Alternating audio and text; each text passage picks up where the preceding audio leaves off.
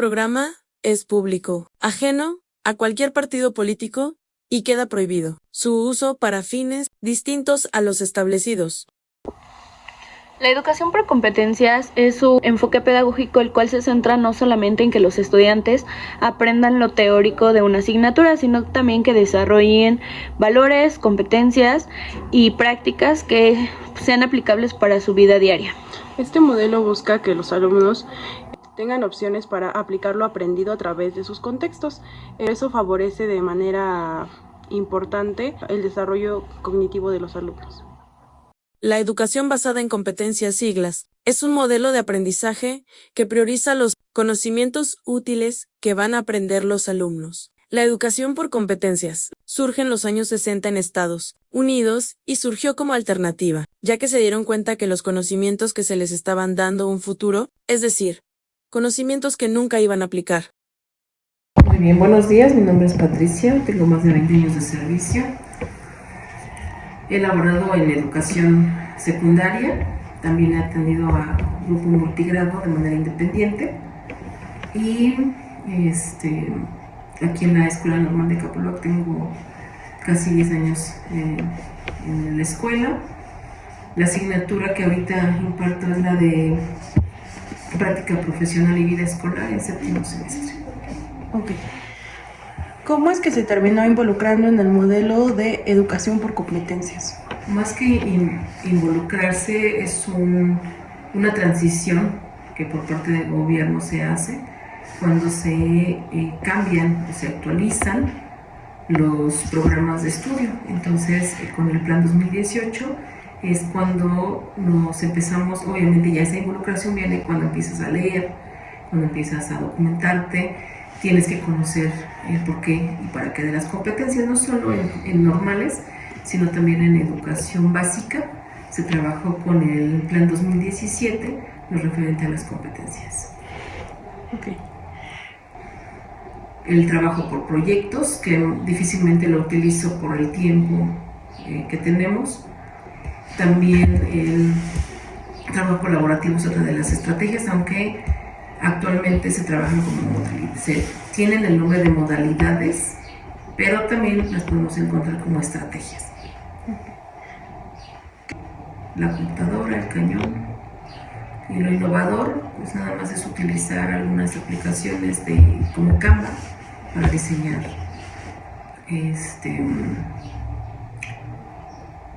presentación de trabajos. En sí casi no utilizo herramientas digitales. Los alumnos sí, ellos sí los utilizan. Por ejemplo, Juan está utilizando la aplicación para trabajos grupos de Google Earth. Y la verdad es que le ha funcionado muy bien. Y ya no se utiliza tanto el material en físico. Didáctico. Ajá, o didáctico, porque es que hay diferentes tipos de material didáctico, o la cartografía. Okay. ¿Y usted cómo evalúa a los estudiantes en este modelo? Se evalúa con trabajos escritos, con su material didáctico, planificaciones, la elaboración de organizadores gráficos de algunos contenidos y nada más. ¿Y cuáles son las diferencias que puede observar entre las evaluaciones tradicionales y las evaluaciones por competencias? De hecho, no hay mucha diferencia. Se sigue utilizando la enseñanza o la evaluación tradicional porque el examen escrito en sí es un examen. Es un examen escrito. O sea, sigue siendo un examen, ya sea digital o escrito, entonces sigue siendo tradicional. El punto aquí es cómo elaborar las preguntas. ¿Cuáles han sido los mayores desafíos al implementar este modelo en su aula?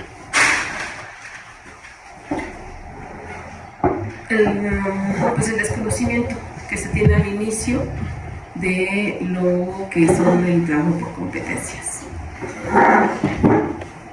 ¿Ha encontrado obstáculos en el sistema educativo o en la estructura curricular que dificulten la implementación del enfoque por competencias y cómo los ha superado? Pues sí hay obstáculos porque no nos capacitan. Te tienes que capacitar tú mismo, tú tienes que buscar los cursos que te lleven a conocer cómo se trabaja por competencias. Ok. ¿Qué ejemplos específicos puede compartir sobre un estudiante? Doctor Manuel Galán Hernández, doctor en ciencias con énfasis en educación.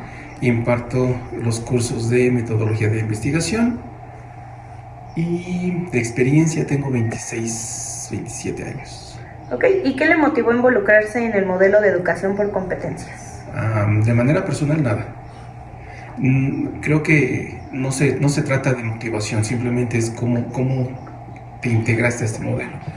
Porque la motivación no tiene nada que ver, eso simplemente fue un cambio de modelo y pues tienes que integrarte. Ahora, primero creo que tengo que comentarles que mi experiencia es de más años en el sistema universitario y pues 10 años en el sistema normalista.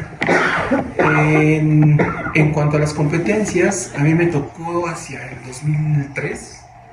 En la universidad es cuando se integró el sistema de educación por competencias. Por lo tanto, te decía, no es cuestión de motivaciones porque yo diga, ay, es que este está bonito y me interesa y lo tengo que llevar a cabo. Simplemente llega el aviso de la universidad de que va a haber un cambio en el modelo, por lo tanto todos tenemos que empezar con un proceso de capacitación. En su momento, cuando nos llegó ese aviso, pues tuvimos un año para capacitarnos. Eran cursos intersemestrales, cursos semestrales, había diplomados, todos encaminados a darnos a conocer de qué se trataba este modelo por competencias. Y de esa manera, pues ya cuando ya llega como tal, se abre este modelo que aquí en la universidad, pues es el modelo de flexibilidad curricular, es el que está encaminado al modelo por competencias. Pues de alguna manera cuando llegan los primeros alumnos, pues ya todos los docentes tenemos la capacitación sobre el modelo. Ok, y ya como docente, ¿cuáles han sido las principales estrategias que ha implementado para asegurar que sus estudiantes desarrollen las competencias necesarias? Pues mira, primero hay que considerar que hablamos de los métodos activos. Ya desde aquella época, pues nosotros en la universidad ya manejábamos los métodos porque así se establece. A través de distintas estrategias que también incluye, por ejemplo, el trabajo colaborativo, en aquel momento, ¿no? En su momento proyectos. Si se dan cuenta, aquí como que hubo más relevancia últimamente, pero no es nada nuevo, o sea, ya tiene muchísimos años, ¿no? Proyectos, trabajo colaborativo, trabajo cooperativo, estrategias de organización, como por ejemplo a mí me gustaba mucho en pequeños equipos, la Philips 66, que era una de las que más me funcionaban, las discusiones, la enseñanza socrática y demás. Ok, ¿y qué tipo de herramientas digitales o recursos innovadores utiliza para apoyar el proceso de aprendizaje? Pues a lo largo de la experiencia de todos estos años, pues me tocó a utilizar muchísimo las plataformas. Pues en aquella época también se dio esto de las plataformas. En la universidad empezó a darse la educación a distancia, la educación mixta. Por lo tanto, mucho de lo que se daba en la educación a distancia yo lo utilizaba en mis aulas, en mis clases. Ok, y ya que los dos han incursionado en este modelo, ¿cómo han notado el impacto de este enfoque en la motivación y compromiso de los estudiantes con su aprendizaje? Bueno, primero hay que considerar que a partir de la nueva escuela mexicana, pues teóricamente este modelo ya no existe, bueno, ya no está. Pero es un decir, finalmente ahí está, considerando que el modelo por competencias surge del enfoque constructivista. Viene desde allí, no es lo único que existe, por lo tanto, pues ahí está. Lo único que pasa es, más que hablar de una cuestión pedagógica, tenemos que aceptar primero el origen del modelo por competencias. Creo que ustedes ya lo conocen, ya deben estar totalmente inmersas en ese conocimiento, ¿no? No, quien sigue con las competencias, quien continúa, es el plan 2018, que son los que están en el séptimo y van a pasar a octavo. No, pero a lo que yo voy es que en algún momento lo estudiaron. Debieron haber sí, en la estudiado secundaria. algo al respecto, En la secundaria. entonces saben que este modelo por competencias es un modelo que no surge realmente del campo educativo, que surge del campo laboral. Entonces estamos hablando de que el modelo por competencias, más que interesarle el desarrollo, la formación de una persona, de un ser humano, le interesa la formación de un recurso. Recurso humano, que es la eficiencia. No la persona en sí. No. Tiene que ser el recurso para cuestiones laborales, porque tú eres entonces un ente que tiene que crear un bien económico. Por lo tanto, tienes que estar bien preparado para poder responder a todo lo que se necesite en el campo laboral. De allí que jalan precisamente el constructivismo, pues para poder enseñarte a ti, aprender a hacer algo. Por eso es más importante. Ustedes han escuchado de los pilares, el aprender a hacer, etcétera, etcétera, etcétera. Pero realmente el modelo por competencias lo que más le interesa es el aprender a hacer. Dejando de lado el aprender a convivir. Y hacer. Exactamente, ser humano exactamente, eso como no tal, le se interesa deja de lado. tanto. Es algo que ya viene con la nueva escuela mexicana, en donde ya lo más importante es aprender a hacer, aprender a convivir. Por eso esta cuestión comunitaria. Sí, precisamente lo que acabas de mencionar del hacer. Sí. Tenemos que enseñar a los alumnos a ser competentes. ¿Por qué? Porque la mano de obra debe estar calificada para las empresas. No importa que salgas de un CONALEP o salgas de una preparatoria oficial o de una escuela normal, porque varios de nuestros alumnos también antes de incursionar ya en la norma, como ya no tienen que hacer examen y no lo pasan, se van a trabajar en algunas empresas. Entonces también de ahí viene el hacer. Ajá. Pero sería mucho precisamente, y no solamente las competencias, como bien lo dijiste hace un momento, no vienen del 2017 ni de hace 5 años, 10, no, o sea, vienen desde hace muchos años, pero se enfatizó más a partir del plan 2011 también. Sí. Con ese plan empezamos a trabajar la mano calificada, la mano de obra calificada. Y de hecho, si no mal recuerdo, aquí en México el modelo por competencias llega en los años 80. Pues digo que no es nuevo, O sea, no es nada pero nuevo, se entonces fue imagínense. enfatizando más durante los años. ¿Qué ejemplos específicos pueden compartir sobre un estudiante o grupo de estudiantes que hayan experimentado una transformación significativa gracias a este enfoque? Híjole, si me pides que te dé un ejemplo. Ay, es que hace que me acuerde de algunos. Mira, es que no sé hasta qué punto puedan ser, pero grupalmente, ya lo platicaba en algún momento con la maestra Patti, me tocó trabajar en bachillerato. Y ustedes saben que son grupos muy grandes. Y de repente enseñar inglés en ese momento, yo les daba inglés. Ustedes saben que a veces es difícil, sobre todo en grupos muy grandes. Pues allí se me ocurrió dividirlos en pequeños equipos para evitar el tener que trabajar con todos. Simplemente me enfocaba en los equipos. Yo era más el guía. Les decía más o menos por dónde. En cada equipo había un líder. Y además había una motivación. Pues yo les había propuesto, esta es una experiencia muy bonita porque pues me comentaba la maestra, pues es que no se puede hacer ya, pero en ese momento, por ejemplo, si el alumno dentro de un equipo no traía material o no hacía tarea, no hacía algo que se le solicitaba, o de repente decían groserías, porque ya ven que en bachillerato se les sale a cada rato, yo les ponía una multa económica. Y esa multa, pues lógicamente, pues ya se había hecho el consenso, todos aceptaron y lo hicieron, respetaron. Porque la motivación era, y al fin de semestre, pues quien tenga la mejor calificación del equipo, que tenga la mejor calificación, decide qué hacer con ese dinero. Si se lo quedan, o hacen algo para todos. Entonces, a la larga fue muy padre, porque pues ya veías entre ellos cómo se apoyaban, con tal de jalar al que menos sabía, porque pues no querían que se viera afectada la calificación, el promedio. Y a fin de semestre fue muy padre, porque todo lo que se juntó pues ya se fue para un equipo. Esa fue digamos, ese fue el acuerdo final, ¿no? El equipo ganador se queda con el dinero. Muy padre.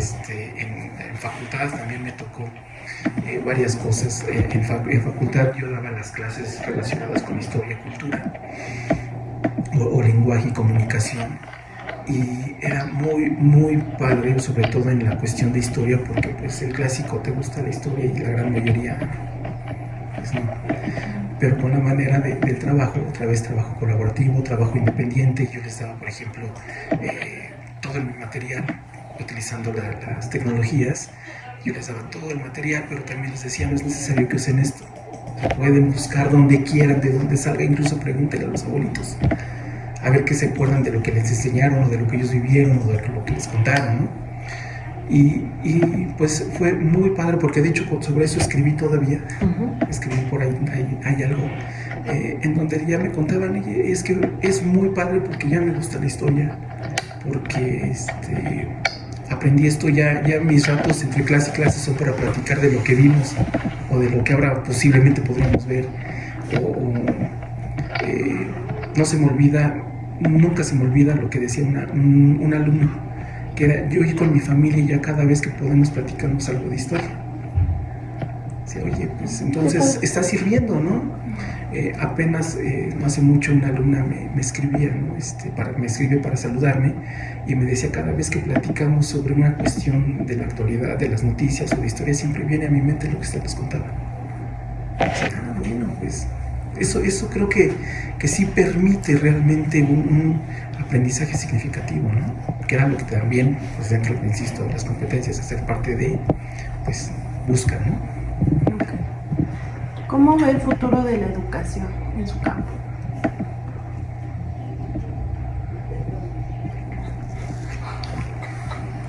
Difícil, ¿por qué? Porque desgraciadamente a partir de no solo de las competencias, sino a partir de todas las reformas en el campo educativo, van en declive, van bajando la calidad de los aprendizajes, y esto hace que a la larga egresen o tengamos ya profesionales menos capacitados, con menor conocimiento, y lo peor de todo, ya diría Isaac Asimov, orgullosos de ser ignorantes, ¿no? Pero con el único deseo de exigir. Entonces, ¿por qué lo veo difícil? Pues porque a nosotros como docentes nos toca nadar contra corriente. Nos toca intentar hacer que sean conscientes. Por eso otra vez hay que generar primero seres humanos conscientes, hay que buscar o retomar una vez más la idea del profesor como sujeto de cambio, promotor del cambio, ¿no? A ustedes les va a tocar algo muy difícil, si no es que ya más bien creo que ya lo empezaron a ver. Ajá, entonces tiene que ver con eso, y lo peor de todo es que también nuestro mismo sistema escolar muchas ocasiones impide que nuestros futuros docentes salgan con los conocimientos que se requieren, con las habilidades que se requieren, ¿no? Entonces por eso lo veo como un futuro gris, sin embargo no netamente negro.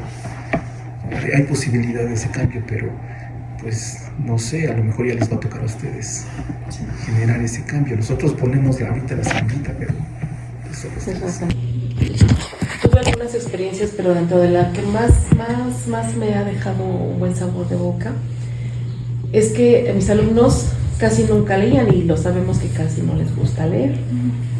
Mi escuela es muy chiquita, la que está en San Mateo Atenco, y entonces ahí los grupos pues no eran mayores a 45 estudiantes, de 35 a 45, y lo que hacía era para fomentar el gusto, porque no es el hábito por la lectura para mí de manera particular, es el gusto por leer. Cuando tú te empiezas a dar ese gusto por la lectura, es cuando a varios alumnos, no a todos, les llama la atención, igual que lo que comentaba Vicky de la historia. Y entonces nunca les impuse un texto, yo daba la asignatura de español. Entonces decía, a ver, ¿qué tipo de libro te gusta leer? Entonces, de verdad, era una infinidad de títulos impresionante, ¿no? En cada uno de mis grupos.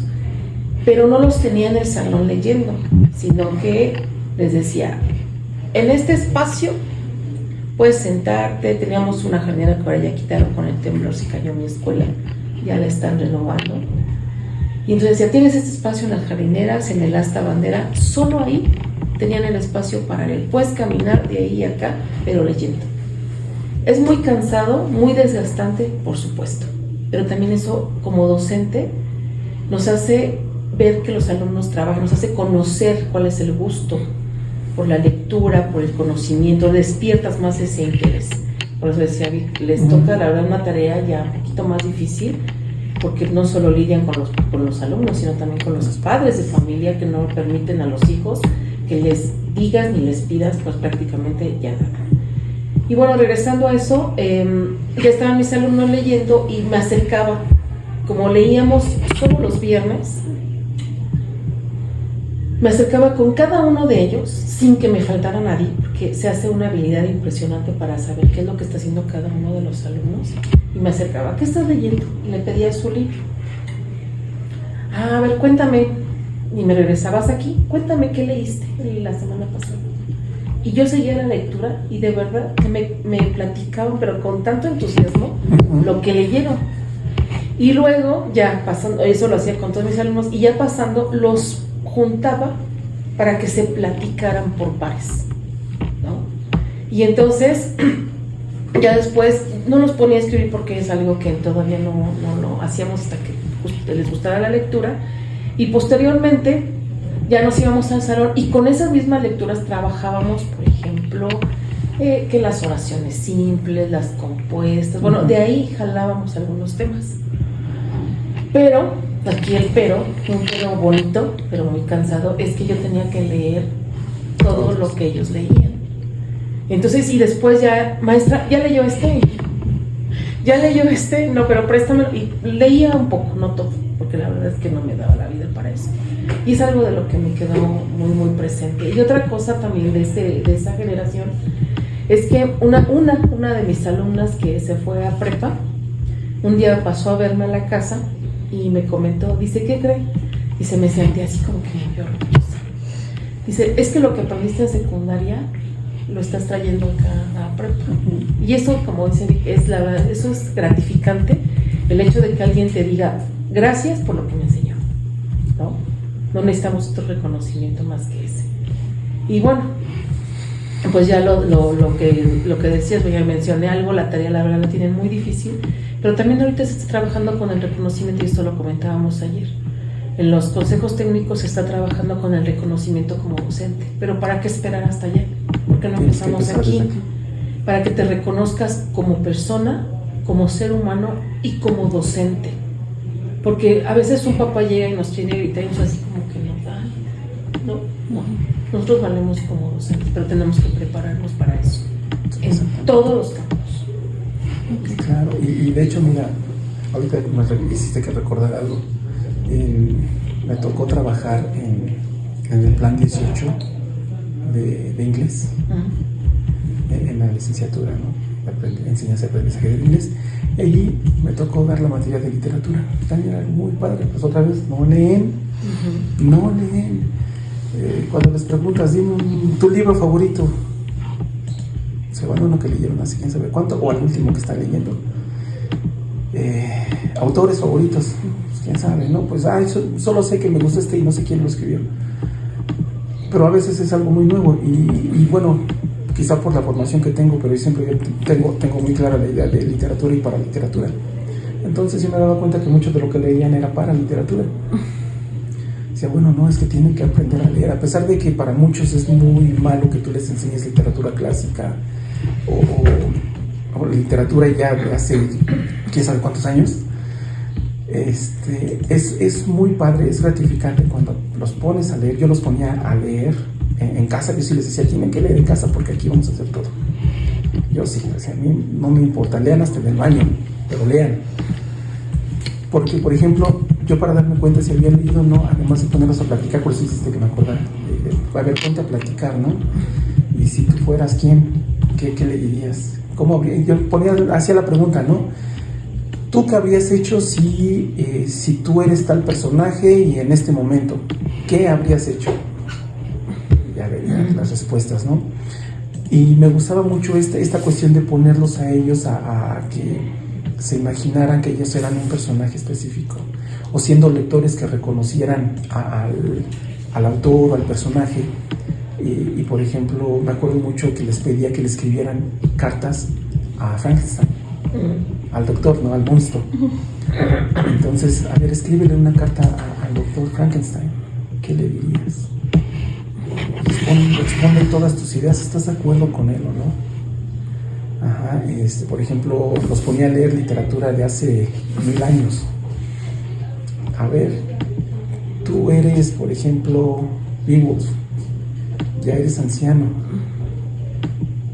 ¿Qué haces cuando te das cuenta que los jóvenes no están reconociendo todo lo que pasó hace años cuando tú eras joven? Dile. Ajá, actividades. Por eso siempre era ponte a leer antes para que todo aquí lo hagamos. Y ellos ya a la larga aprendían a que no podían llegar a clases sin haber leído. Ajá, porque también de repente les decía, a ver, ahora antes de leer algo, investiguenme quién es Borges. Investigaban. Ahora a ver, tú eres Borges en este momento. Cuéntame tu vida. Ajá. Entonces, cosas por el estilo. De tal manera que es muy interesante, es muy gratificante cuando es que sí me acuerdo, ¿no? Me acuerdo de esto. Una alumna también, porque otra vez con esto de contacto, se embaraza y sucede que a su hija le pone el nombre de uno de los personajes de los libros que leyó. Porque le encantó. Y es por eso, porque le gustó ese personaje, le gustó la actitud del personaje, y ahora que tiene su hija, le puso ese nombre. Ay, qué bonito. Pues, ay, qué padre, ¿no? Y es que usted me lo dejó ver, ¿no? Me dejó leerlo. Qué bueno, ahí está. Síganle, Sí, síganle, porque si no... De la seguimos mano aquí. va la pregunta, ¿qué papel deben jugar los docentes en la transformación educativa a nivel global? Pues creo que ya se planteó la respuesta, ¿no? Primero, tú como docente realmente no eres un sujeto, no eres un técnico de la educación, que era precisamente cuando viene todo eso de las competencias, que aquí ya de manera general se aplica hasta este inicio de siglo, pero ya vimos que es desde antes. Al docente se le dejó de ver como un profesional de la educación, para que fuese solamente un técnico u obrero de la educación. No sabes de otra cosa, solo esto y ponte a trabajarlo, ¿no? Pero realmente, si queremos mejorar, primero identifícate quién eres como docente, pero primero quién eres como persona, ¿no?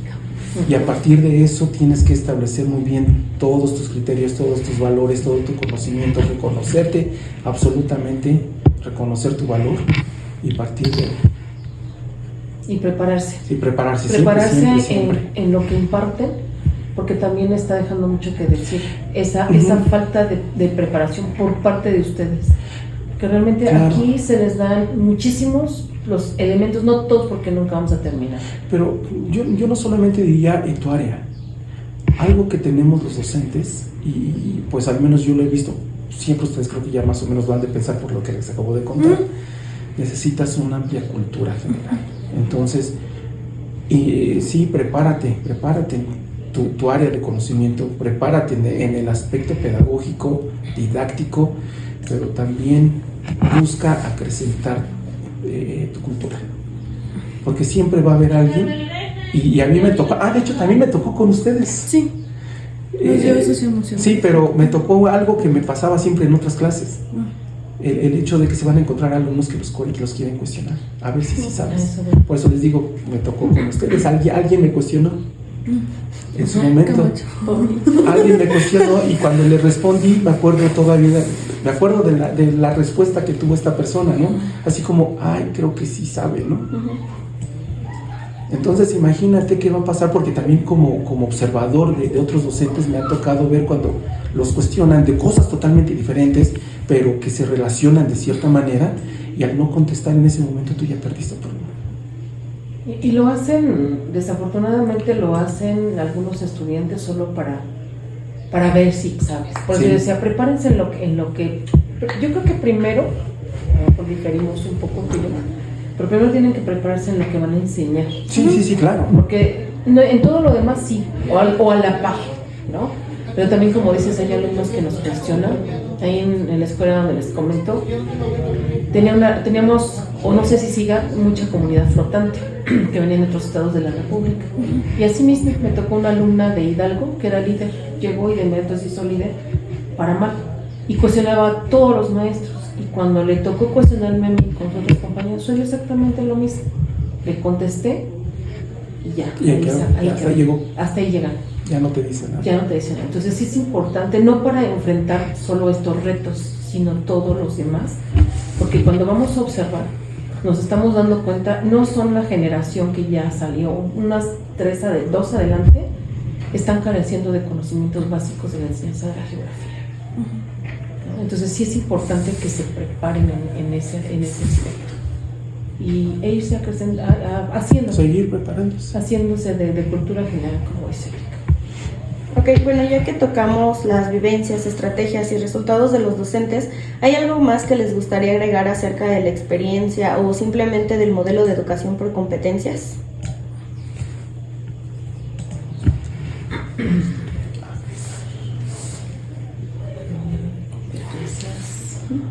Pues que las competencias finalmente continúan. Esas porque nunca se van a disfrazadas, pero continúan. En este plan 2022. Entonces, pues seguir trabajando con eso, porque desafortunadamente nuestro mundo pues se basa en eso, en competencias.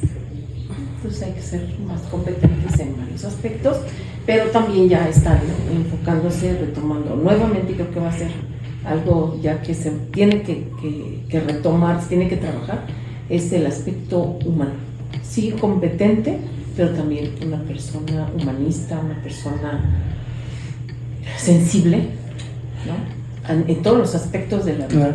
Claro, pero con fundamentos, ¿no? Sabiendo que el ser humano o el ser humanista requiere un fundamento, no es nada más de, pues a ver, es que no eres humanista porque tú no estás aceptando que yo diga esto. No, espérate, tiene ciertos límites, ¿no? De allí que entonces, más allá de las competencias, por eso decimos que siguen disfrazadas, no es ser totalmente competente para lo laboral, sino ser competente para lo humano.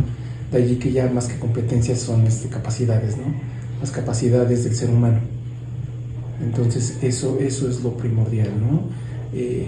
Formar a nuestros estudiantes, nuestras estudiantes, como seres humanos que a la larga van a tener que, si quieres verlo así, de una manera muy simple, laborar en algo.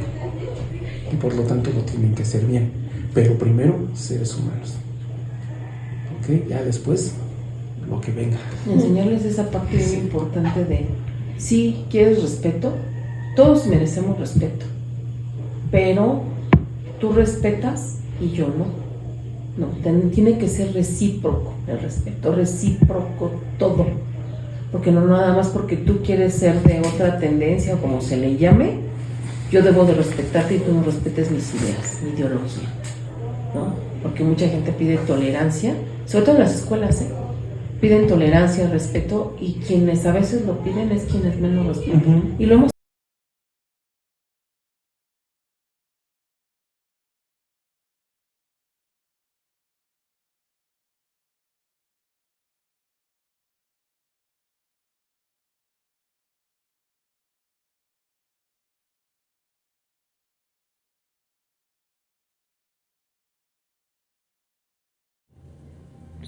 Según el Instituto Nacional de Estadística y Geografía, INEGI, en 2021, el 45% de los egresados de nivel superior y técnico superior en México estaban empleados en áreas directamente relacionadas con su formación académica. De acuerdo con datos de la Secretaría de Educación Pública, en el ciclo escolar 2021-2020, en México existían 7.8 millones de estudiantes en educación media superior, de los cuales 47% se encontraban en programas de educación tecnológica y técnica, donde la educación por competencias ha tenido un impacto directo en tendencias que refleja la creciente demanda por programas educativos que fomenten a los estudiantes con habilidades prácticas y específicas relacionadas con su formación académica, basándose en competencias que contribuyen a que los egresados tengan un perfil más alineado con las demandas del mercado laboral, lo que mejora su empleabilidad. De acuerdo con el informe de Observatorio Laboral de la Secretaría del Trabajo y Previsión Social STPS, en 2021 el 38% de los empleados en México requerían habilidades técnicas y profesionales específicas, lo cual ha llevado a la educación a enfocarse cada vez más en el desarrollo de competencias que cubran estas demandas. El Índice Global de Competitividad Global 2020, publicado en el Foro Después Económico del análisis Mundial, dentro de ese documental nos podemos dar cuenta que la educación por competencias es importante para la formación de los estudiantes. De igual manera, tras estas entrevistas y el análisis de cada una de ellas, nos pudimos percatar que la formación de cada uno de los docentes es importante en la manera en la que ejecutan este modelo. También nos pudimos dar cuenta que la forma en la que los docentes lo aplican va a depender del contexto en el que están inmersos para su vida laboral. Y como pudimos darnos cuenta, en algunas cosas los maestros coinciden, pero en algunas otras no, ya que cada uno tiene una formación diferente y ha vivido en contextos diferentes y en diferentes modelos ha observado lo que es la educación por competencias. Todas estas cuestiones podemos observar que tienen sus cosas buenas y sus cosas malas, pero al final del día depende de la diversificación del maestro y de que también esté preparado como para generar una transformación en el cómo enseña. Como lo mencionamos anteriormente, lo que se busca es que los alumnos tengan una mejor resolución de problemas y no tanto aprender a través de la memorización. Entonces ellos también nos mencionan buenos puntos y pues fue todo expuesto en este documental.